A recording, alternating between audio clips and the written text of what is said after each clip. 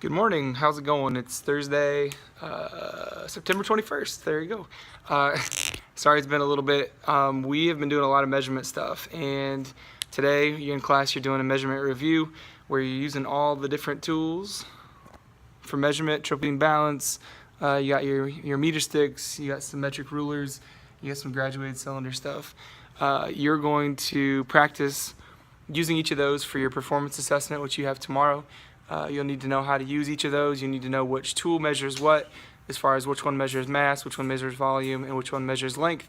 And then you need to know how to use them, and then what units go with each one. So one thing I want to talk about today is some of you are still struggling a little bit with the metric conversions.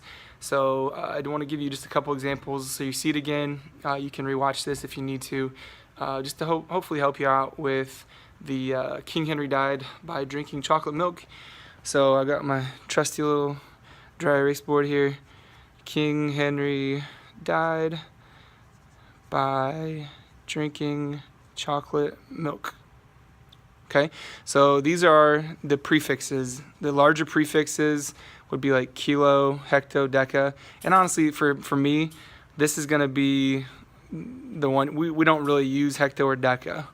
Okay, your basic units are meters, liters, and grams. C is going to be like centimeters, and then the M is millimeters, milligrams, and milliliters.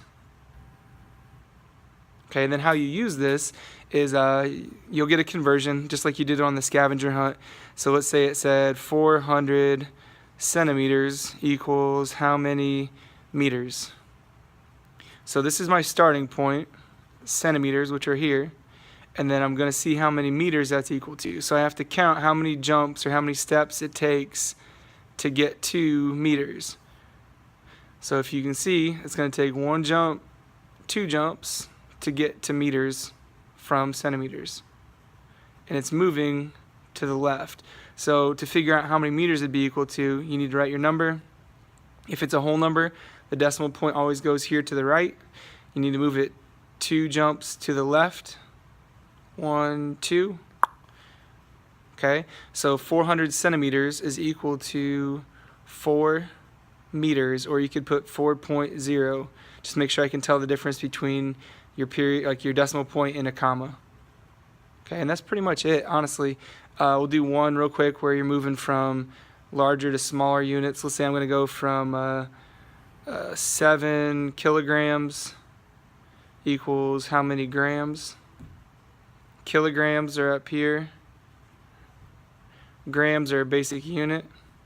To go from kilograms to grams, it would be 1, 2, 3 jumps to the right.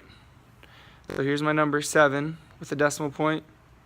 Move it over 1, 2, 3 places to the right. You have to hold those spots with zeros. So 7 kilograms is equal to 7,000 grams. Alright, so hopefully that helps. If you still have more questions, there's some review, like online interactive conversion games and challenges and stuff where you can attempt more. You'll always have access to the ladder with the prefixes. Like I'll give you the King Henry died by drinking chocolate milk. You'll have access to that. You just need to know how to use it. So know where you're starting, know where you're going, count how many jumps it takes, and then in what direction, and move your decimal. That's it. So be ready to go for, you won't have conversions on your performance assessment. That'll be for a quiz we have later next week over just some like prefixes, and then we'll do some stuff with mean, median, and mode next week too. So I believe that is all. Have a great day. We will talk to you later.